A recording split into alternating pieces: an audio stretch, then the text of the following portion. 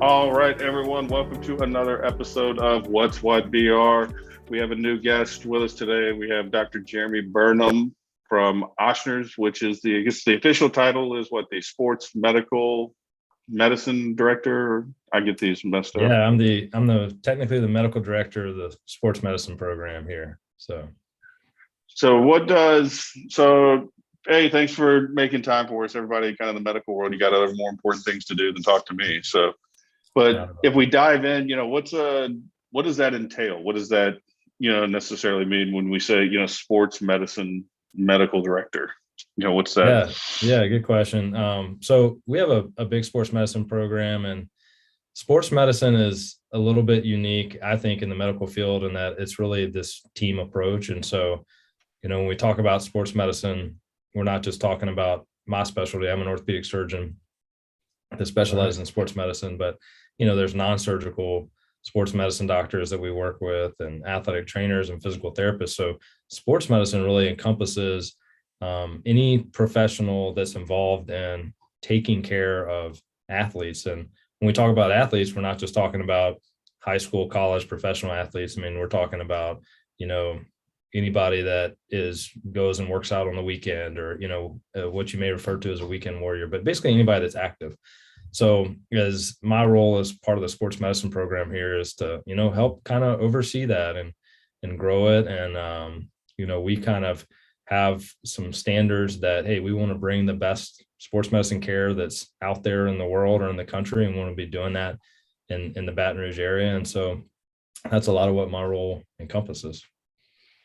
So that's run in we kind of talked a little before, this is under the Ochsner's umbrella, Yeah. for what they're doing. And it sounds like Ochsner's is kind of making an investment in this, area to kind of say, hey, you've got other orthopedic surgeons, but you guys, it's a specialty, I guess, from, not only the surgery, but then also to say, hey, we're going to have, I've never heard a medical, medicine medical director at the hospital, or, Yeah. sports medicine. You would hear something differently. Is that something different? Oshers is kind of saying, hey, look, you would think about it. Like, if anybody, I've got kids that play soccer, and if you go out to the soccer fields on Burbank on a Saturday during the season, there's thousands of them, Yeah. out there. Yeah. Is, Yeah. is it just becoming more prevalent, or is it like, no, we've always had these same sports problems? We're just now going to take the first step and, admit that there is something that we need to really look at. Yeah, I mean, I think obviously, and in our community, in our area, like, sports is such a big part of what we do, right? Whether it's baseball, soccer, football. I know growing up here, growing up in Baton Rouge, I mean, our lives kind of revolved around the local sports. And so I think the sports injuries have always been there. I think how we treat them and how we care for them, like, that's evolved a little bit. And so there's definitely models and, other places. We didn't really, invent this model of treatment or anything like that. This, what we call it, like a multidisciplinary approach. And, there's people all over the country that really have pioneered that. And Ochsner, originally kind of started putting that model of care together for sports medicine in the New Orleans area. But then, as you alluded to, and, in Baton Rouge over the last several years, has made a really large investment in that. And, we're starting to understand that the best way to take care of sports medicine injuries isn't just to have everything siloed off and have, hey, you just need to go see the orthopedic surgeon, or you just need to go see the physical therapist, or whatever that is. To really take care of people that are active and athletes and have the best outcomes, you've got to have that whole team of people, because there's a narrow window of things that I have expertise in, and I can maybe take you from point A to point B, but somebody's got to get you from point B to point C, and that's oftentimes not me.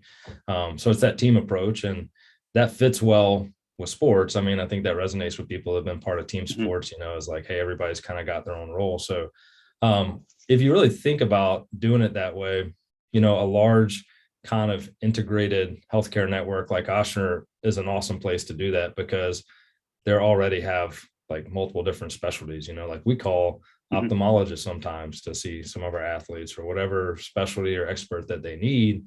And being within all one system, we can communicate and coordinate that care, efficiently, and try to basically give that patient the best outcome. So that's kind of the model. And if you look at what happens in the NFL and professional sports and stuff like that, that's already what they were doing. And then what we're trying to say is, hey, we want to take that same standard of care and that same level and that same model and kind of apply that to everybody. So, any patient that comes to Oshner Sports Medicine Institute, our sports medicine section of that, we want to make sure they're getting access to the same thing. So do you guys, from the treatment and in your world, probably the surgery side of it, and then you've also got the physical therapy side of it, kind of, because I've been there, I've banged myself up, more times than I can count. Mm-hmm. And if I was really honest, it was like, okay, what do I got to do to get out of the hospital? What do I got to do here? Oh, you want me to go to physical therapy? Yes, I'm on it, and would like show up one time and then just trail off. And then now I wonder why I potentially have all these problems, but it was never connected, right? There was a disconnect. You'd send, the hospital or ortho, somebody like you says, okay, hey, I fixed your leg, I fixed your knee up, but now you got to go do the work and go see somebody else over here. But you never had any loop. There was no closed loop on the, like, hey, did you make it back? Did you go do, the 6 weeks of, PT you were supposed to? Yeah, that's exactly right. That's the whole thing is most of what we do, whether it's a surgical treatment or non-surgical treatment, it's going to involve, some other people that are, like we said, kind of experts in the different things. A lot of times it's rehabilitation. That's a huge part of getting active people active again.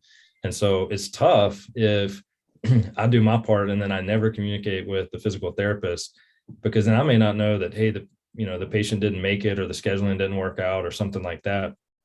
But that also means, that the part that we did from a surgical standpoint, maybe we didn't get the best outcome without that rehab.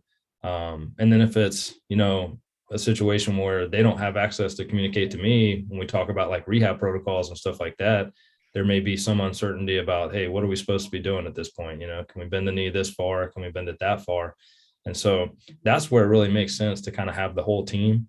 My office, like where I see patients, is right through a single glass door away from our physical therapist. And they come over like every day and like, hey, we got your patient that you did the ACL surgery on a couple of days ago. This is what we're doing. This is what it looks like. Are you okay with that? And then make modifications based on that. So that's what's really powerful about it. And it also takes that recognition that, there's no one person that can kind of manage the whole thing themselves to really have the best outcome possible. It's going to take a team of us. Mm-hmm. And that's what our sports medicine program is, try to take that team and coordinate all that care together. So I'm going to go over and read, because I couldn't remember the whole thing. I've written down, that basically if I jump, Oshner Sports Medicine Institute here in Baton Rouge is one of the top 25 North American health systems chosen by the U.S. Department of Defense for comprehensive medical trial designed to improve the treatment for multiple ligament injuries. So that's a really big deal. Top 25 in North America. Normally anything, I hate to say it, I'm from here, I love Baton Rouge, but normally we're on the bottom end of everything. Yeah. But to have Oshner's in the top 25, and this is a study you guys are taking part in, and this is through Department of Defense. This is a big deal. This isn't somebody, had a couple $1 million to throw and say, hey, we want to look at something. This is about as top as it gets. And I think it's, it's the SPAR. Is that the right acronym? Yeah, STAR. Okay. So what is, what is the purpose, of this trial, and I guess how did it come about? Like, how did we figure that one, how did it start? Yeah. So this study looks at multiple ligament knee injuries, and multiple ligament knee injuries are injuries that is a complete tear of more than one ligament, and you always, like you hear about in sports and stuff, the ACL, that's probably the most common ligament that you hear about injured. So that's one of the most common things that we treat, and that's a devastating enough injury, but there's a pattern of injury out there where you tear more than one. Sometimes it's 2, sometimes it's 3, sometimes it's 4 or more. And those are very, very bad injuries, as you can imagine. And we're starting to understand like pretty well with ACL injuries, when do we do surgery? Do we do it right away or do we wait a little bit? And then from a therapy standpoint, there's some really good science out there that has been shown over time to say, hey, if you want to have the best outcome after an ACL surgery, you need to do these milestones at these different time points. But for these multiple ligament knee injuries, that data, it's really not out there on a large scale. When you talk about medical science, there's these different levels. And so the lowest level of medical science is like, hey, I treated the patient this way and they got better, and so that's the way that we're going to do it. Whereas the highest level is everything is going to be randomized. it's going to be an even playing field. We're going to have all of this statistical analysis to make sure that whatever conclusions that are drawn from the study are accurate, And so there have been a lot of studies talking about multiple ligament knee injuries, but there hasn't been this like huge expansive study to look at the specific questions that the STAR trial is looking at. And so it's really been years and years and years of preparation. When I was in training, actually at the University of Pittsburgh Medical Center, where this trial originated from, we were in the process of looking at that. And I was part of the team that helped to write the grant, to try to get funding to do the trial, because it was recognized that this was going to need to be a big deal with a lot of resources. It needed to be done the right way. And so I kind of had my first contact with it, probably 5 or 6 years ago. And so then the Department of Defense, looked at that grant and realized that, hey, these knee injuries impact service members and soldiers to such a degree that it impacts our military readiness. And so it was worth it to the Department of Defense to put some funding into answering some of these questions. And so they funded that trial. And then just kind of fast forward, I'm from Baton Rouge. I moved back to Baton Rouge and started my practice, and an opportunity came up to say, hey, out of the different, 20 or so sites at the time that were across the US and Canada, would Ochsner in Baton Rouge, meet the criteria? And so we started that process to see if we did. You have to treat enough of these injuries. You have to have this team. You have to have the therapist. You have to have everything involved in the treatment of that. And then you have to be able to track the outcomes. So you can't just do it. You have to have, the questionnaires and kind of the technology to be able to really assess objectively, like how patients are doing. And so it's been a several year process at Ochsner, but Ochsner finally got added in and selected by the Department of Defense to be a site. So we're a site for that now. And that's what, so we're enrolling patients for that now. We've already enrolled patients for it. And I think that it's great. You talked about Louisiana being on the bottom of the rankings for healthcare and, and different things, education and stuff like that. I think that drives all of us from Louisiana crazy. We don't want to be on the bottom. We're competitive, Right. So there's a lot of people out there that are looking at different ways, like how do we get Louisiana, at the top of those lists or higher on those lists. And part of it is taking part in research like this, which takes a lot of resources and takes a lot of people committed to it. And fortunately, Ochsner is really committed to the medical education, the research, that kind of innovation side. And it wasn't easy to be included in that study. You had to meet a lot of pretty robust criteria. And then it takes, there's probably 30 people involved in this study in terms of just the logistics of making it happen. So it's a pretty expansive thing. And that's just at our site, at our location. So that's really how it got started. So it's kind of like you said, it's getting the data. I say this a lot in my businesses is I want the data. I don't want the emotion, kind of like you said, that lower level, like, hey, we did this and it worked. It's like, well, did it work because the guy went to therapy, or did it work because the guy, maybe he, I don't know, I'm not a doctor by any means, but maybe he went up and down stairs to get to his apartment every day and nobody even knew that, but that actually had some help, in his recovery maybe. But this will get real data where decisions can be made off of it, not on the emotional side of, we'll try this, try that. It's actual data. So for people to be involved, are you guys looking for people to say, do you have to wait are we waiting for the injury to happen? Or are we waiting for the guy who had the injury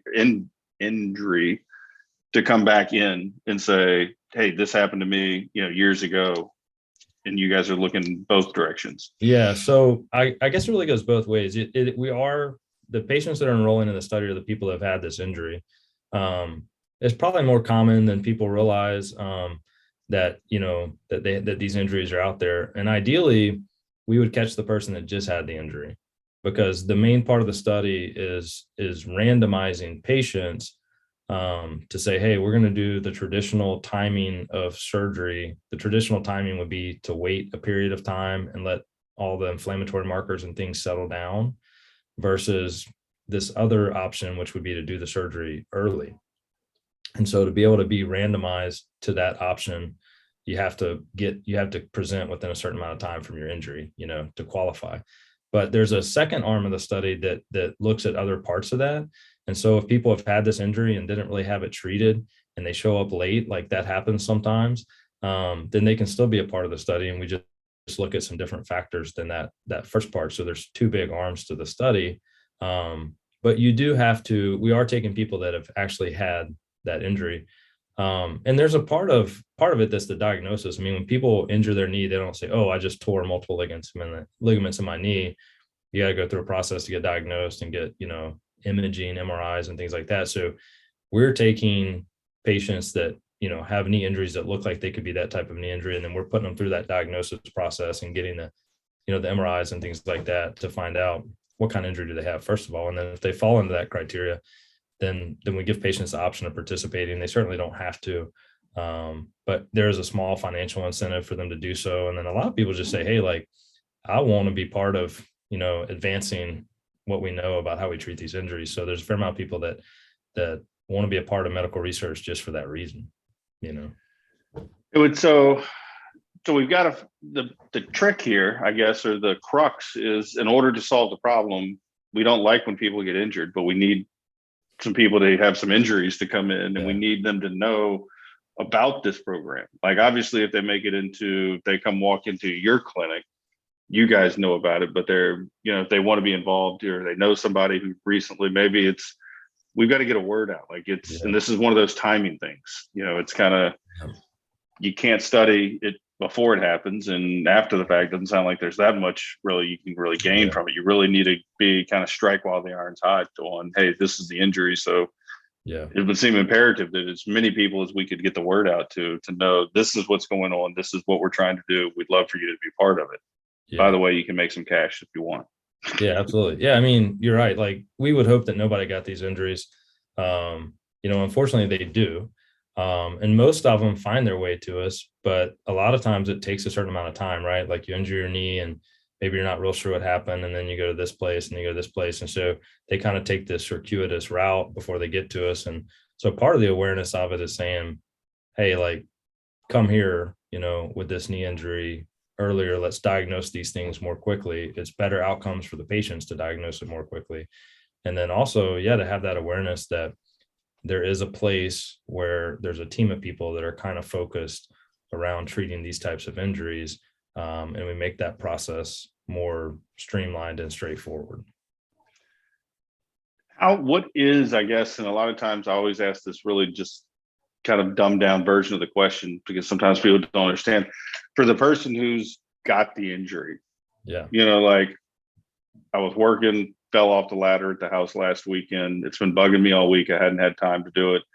Is this they need to go walk into the ER? Do they go to the Grove, walk to the front desk and say, "I got that knee thing"?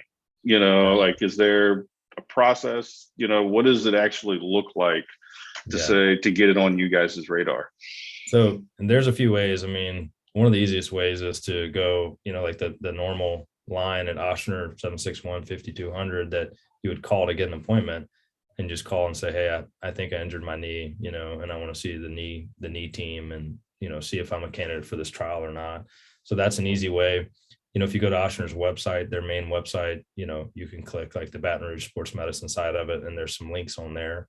And then, if you go to the urgent cares and the ERs and things like that, especially the ones that are within the Oshner umbrella, there's good awareness around saying, "Oh, we think that this happened, and, we're going to refer you to the knee team to check this out and look at it." So there's a lot of ways. There's nothing really special that you have to do. I mean, you can get online and schedule your own appointment if you want, and do it. But the main thing is to look and say, is to get that appointment and get that imaging and find out what's going on. This is the type of knee injury that, this is usually a situation where somebody knows they injured their knee. Like you mentioned, maybe they've stepped off a ladder, maybe they, were in a car accident, maybe they were playing flag football and they kind of landed weird on their knee and felt a pop and swelling and things like that. So that's usually the type of setting that this happens in. It's not really like hey, my knee's been aching for, the last 6 months, but it kind of came out of nowhere and stuff like that. Usually people will know that they had an injury. This isn't the guy coming in on Monday saying, "Yeah, I tweaked my knee this weekend." It's like, no, you would know if you did. If you've torn an ACL, I've done it. Yeah. You're not waiting usually to just Yeah. hold. You might, maybe you could make it a day and hope you'll get better, I but always you've done something.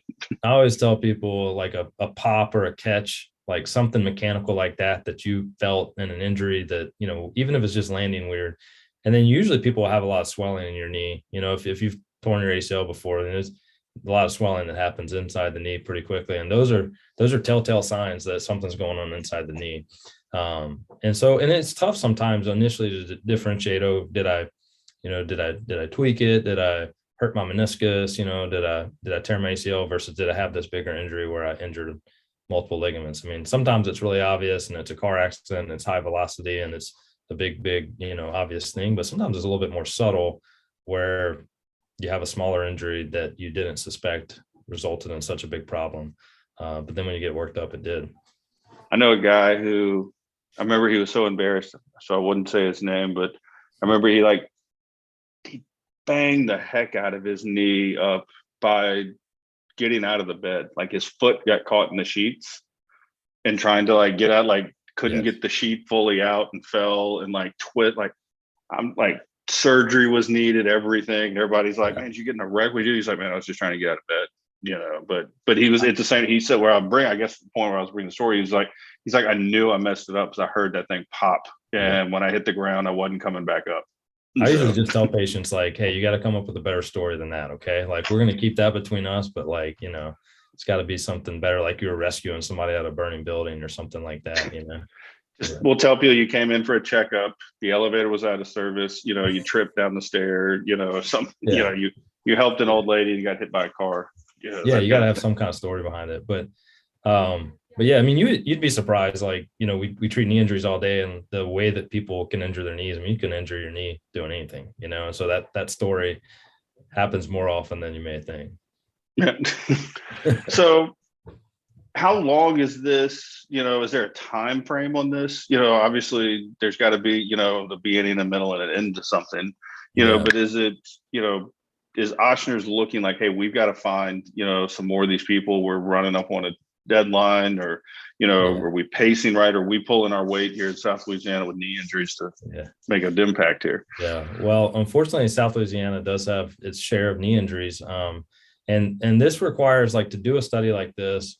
You talked about like taking the emotion out of the data. And part of that too is also not saying, oh, they did really good like 3 months after surgery. I mean, we're tracking people a year, 2 years after surgery with all these objective things because we want to know like more long term, how are they doing? And that's part of the goal of study. And so it's going to be enrolling for several years. The time frame has been discussed 3 to 5 years, so this could be going on for quite some time. And then there's going to be tracking of those patients for a long period of time as well. And so this is really this has been a like really robust study, robustly designed. I mean, I kind of mentioned we were talking about it 5 years ago and the planning purposes and the study. Ochsner got added within the last few months, but the study's been going on for, a year or 2 years now at a lot of these other sites, which are across the country, the Mayo Clinic and University of Pittsburgh Medical Center where it started and some places in Canada and things like that. So they're enrolling people from all over the country, but it's going to be going on for a period of time. And if you think about it, it's funded by the DoD, but it really affects athletes, that are playing competitive sports. It affects those of us not playing competitive sports, but just like to go out there and be active. Everybody probably knows somebody that's injured their knee like this, and it still has kind of affected them. And then it affects like people going back to work, and that's one thing we don't think about a lot is you have an injury like this. And, I never thought about it when I was younger, but now you think about how is this going to impact my ability to go to work? And so that's why we think it's so crucial to the community is to look at it and say, hey, is there something out there that we can do that is going to get people back to all of those things faster? And that's the ultimate goal. Because we know right now, if you tear more than one ligament in your knee, you're out for this very long period of time. And that can be work, that can be military duty, that can be sports. And so we're trying to harness this huge network. It's this huge network of surgeons, of scientists, of physical therapists all over North America, trying to harness all those patients and all of that data and looking at that. And then, we hope that it changes how we treat these knee injuries. It's certainly like with ACL injuries, there's been some big studies like this in the past that changed the way that we treat ACL injuries. And so patients are getting better quicker and having better outcomes long term because of studies like this. And so that's our goal with this, is for people that tear more than one ligament, that the data that comes out of this is going to change how we treat it. And so there's not a rush per se, because we want to get it right. We want to get those objective answers that aren't emotional or subjective, or my opinion, or my partner's opinion down the hall. We want to get like the real answer, and know that. We don't care what it is, just give us the fact. Yeah, I don't care what exactly. you did right, wrong and different, Yeah, made it better, worse. Let's just find out at the end of the day. yeah, And that's got to be, to me, that would drive me insane, because I'm assuming you don't get to, there's no like place that you get to check like what's trending well right now. So you can't get jaded, right? So you don't get to see yeah. really anything, right? It's like, hey, we're just reporting data in and somebody's aggregating it. At some point they'll release something back, right? Or do you get to see Yeah. kind of, No, this is no, working, no, trending? you're right. I mean, you get, at some points in the trial, they'll do like a midterm, review where they'll look back and they'll publish some of that. We're not at that point right now. I mean, so everything we're doing within the study is still like standard of care. So we're still like leaning on the best studies we know and the best science we have and the best ways we know how to do it and the best technology. But you're right. Some of the questions that we're trying to answer, it's going to be a little while before we have that answer. And you have to fight that urge to try to like look at the result or get that information sooner or try to glean it, because that's been proven to be inaccurate most of the time, when you try to kind of get a gut feel for it.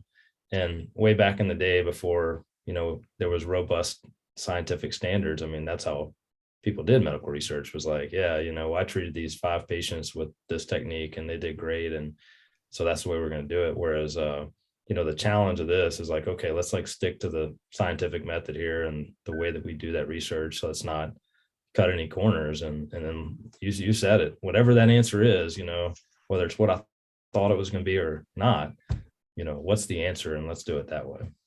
Yeah, no, I think it's almost, what do they say?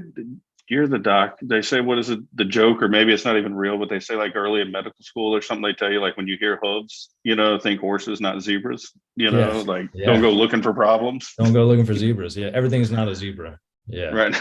So Yeah. do it the right way. Just because maybe these last couple outcomes of this other method are working great, do what's right for the patient. At the end of the day, you're not making formal opinions at this point.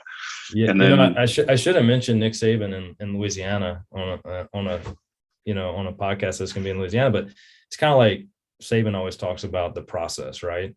And like, don't just think about that goal, like set the goal, that's fine. But then what are all the steps that you have to take every day to like get to that goal, get that answer? So it's very similar. It's like, okay, we have this goal, but if we really want that goal, we have to do all of this stuff along the way to get there. And so that's what medical research is like. I just was in a meeting earlier this morning, and we were talking about how people that really find the answer or get, reach their goals and do their things. It's the example I heard a guy talk about was, if you don't go into the gym and say, I need to lose, 40 pounds. Yeah. That doesn't work. What you got to do is you got to make the goal of, I'm going to go to the gym 4 times a week, and I'm going to take, 2 special classes, and I'm going to go ride the bike once a week. So it's like, here's your 6 things that you need to do. Yep. That will eventually get you there. But if you just keep saying, I need to lose 20 pounds, and you go in the gym and just like, I got to lose 20 pounds. Yeah. Great. But that's not going to get you there, because you're just going to be like, well, I'll skip it today, I'll go tomorrow. But if the goal is I've got to be in the gym 4 days out of the week, yep, that's a meaningful action. You can check it off. You can say it's done, and then you end up with, what he called them, it was lagging metrics. Like to lose 20 pounds was a lag. Like, did you lose the 20 pounds? No. But did you measure what it took to get there? No, you didn't do it either. So. Yeah. I mean, by the time you've lost the 20 pounds, it's because you've done all this other stuff that is this cumulative effort. And Nick Saban takes that to the extreme. He talks about like not looking at the scoreboard during football games and stuff like that. But that's his whole point, is like, do all of those little things well, and the end result will follow, obviously. Right. And so, being able to kind of see this thing from the start, where people were talking about it, and I thought in my head, is this thing ever going to come to fruition, and then having the opportunity to move back to Louisiana and be a part of that here, I'm extremely grateful for, because I just think it is an awesome one. It reflects on the team that Oshner has put together, right? So when we talk about like being a part of this trial, it wasn't like, oh, we want to do some medical research, we want to be a part of the trial. It was, hey, for us to have that kind of place where we can be a part of this kind of medical research, we have to do all these fundamental things and build these fundamental things together. And then at some point, if we do that right, we'll be at that point where we could do it. And so this has really been a culmination of that aspect as well. It's like, hey, we got to go find really awesome physical therapists, and we got to go find, some really awesome doctors and really awesome support staff and research staff and all those things that Ochsner has put together. As we kind of talked about at the beginning, is like the last few years, just putting a lot of resources into sports medicine. And then you get to the point where, hey, this opportunity arises, and yeah, we met the selection criteria and we're able to be a part of that. So I think that really reflects well on the team too, and what Ochsner has done and committed to doing. Yeah, I would say, not just, it's putting the team, it's the commitment, but it's, it's the financial commitment to the community. And, because at the end of the day, study or no study, they still had to put the money, into the people. They still had to build the team, which was for the community, at the end of the day. At the end of the day, that's where it really, nobody's going and banging their knee up on purpose because they want to participate in a study. It's Ochsner builds it for the community. We've got the resources here. Yeah, that's what they're there for. And by the way, we're going to report our findings and we're going to take part of this study, but it took here's what you got to do to even take part in it. Yeah, because the easy thing would be to like see the patient, treat the patient, and do that side of it. To actually do the research stuff, I mean, my research team can tell you it's onerous. I mean, we're having to go in there and take really objective measurements, knee range of motion. Can't just eyeball it and say what it is. We have these forms and we have to measure it, and same thing in surgery and afterwards. And so you're just tracking all that stuff. So it's definitely not the easy way, but it's that commitment and it's being part of something bigger too, which I think is what probably motivates us all to do what we do in some degree. But this is an opportunity in our narrow aspect of the sports medicine world to be a part of something bigger and say, hey, we want to see this thing to fruition. We want to see what comes out of this. And we want to do it in Louisiana, we want Louisiana to be a leader and being part of that. So stand on that stage when it's over with and say, look, we were part of this, we contributed, we helped solve, this problem of multiple ligament industries. 100%. Yeah. And Ochsner has this 40 by 30 campaign that they talk about, 40 by 30. And so you may have seen that, but basically we're 49 or 50 on some of these rankings. And so, Ochsner came out a year or two ago and said, hey, we can't do it alone, but by 2030, we want Louisiana to be in 40th place, and Ochsner can't do it. It's big, they're a big organization and things like that. But, by being part of a bigger team and collaborating with other, people in our state, whether that be governments or other hospital systems and things like that, like, let's all be part of the solution. None of us are happy to see us ranked 50th all the time. So how do we join forces together and do the types of things that will get us to that 40th ranking, so that's pretty cool to see all the things that are now revolving and happening around that. Well, that's amazing that Ochsner's just making the commitment, B, gets rewarded for making the commitment by getting, brought into the study. And then sounds like you got a team of people that are doing a whole bunch of work that I would not want to do. So I'm glad it's you guys and not me, but I appreciate what you guys are doing and your team's doing. And, I appreciate taking some time to come kind of fill us in, because these are the things that people don't know about. You drive past the hospital, you think there's sick people in beds and you're just trying to get them cranked out, but it's not just sick. There's research happening inside of there, and it's for the greater good, not just of our own community, but as a whole. This will come out. So I appreciate all of it. Yeah, thanks for having us. Ochsner is committed to high level care, and I appreciate you highlighting that, and bringing attention to that. And we're happy to have that word out there. Awesome. Well, I have to have you come back. I know you got better things to do than talk to me. There's people with knees to fix and papers to write. So I'll let you get back to that, and we'll have you back on and maybe just kind of do some check-ins as we go. So. Absolutely. Enjoyed it. Thanks for having me. All right, man. Talk to you soon. See you.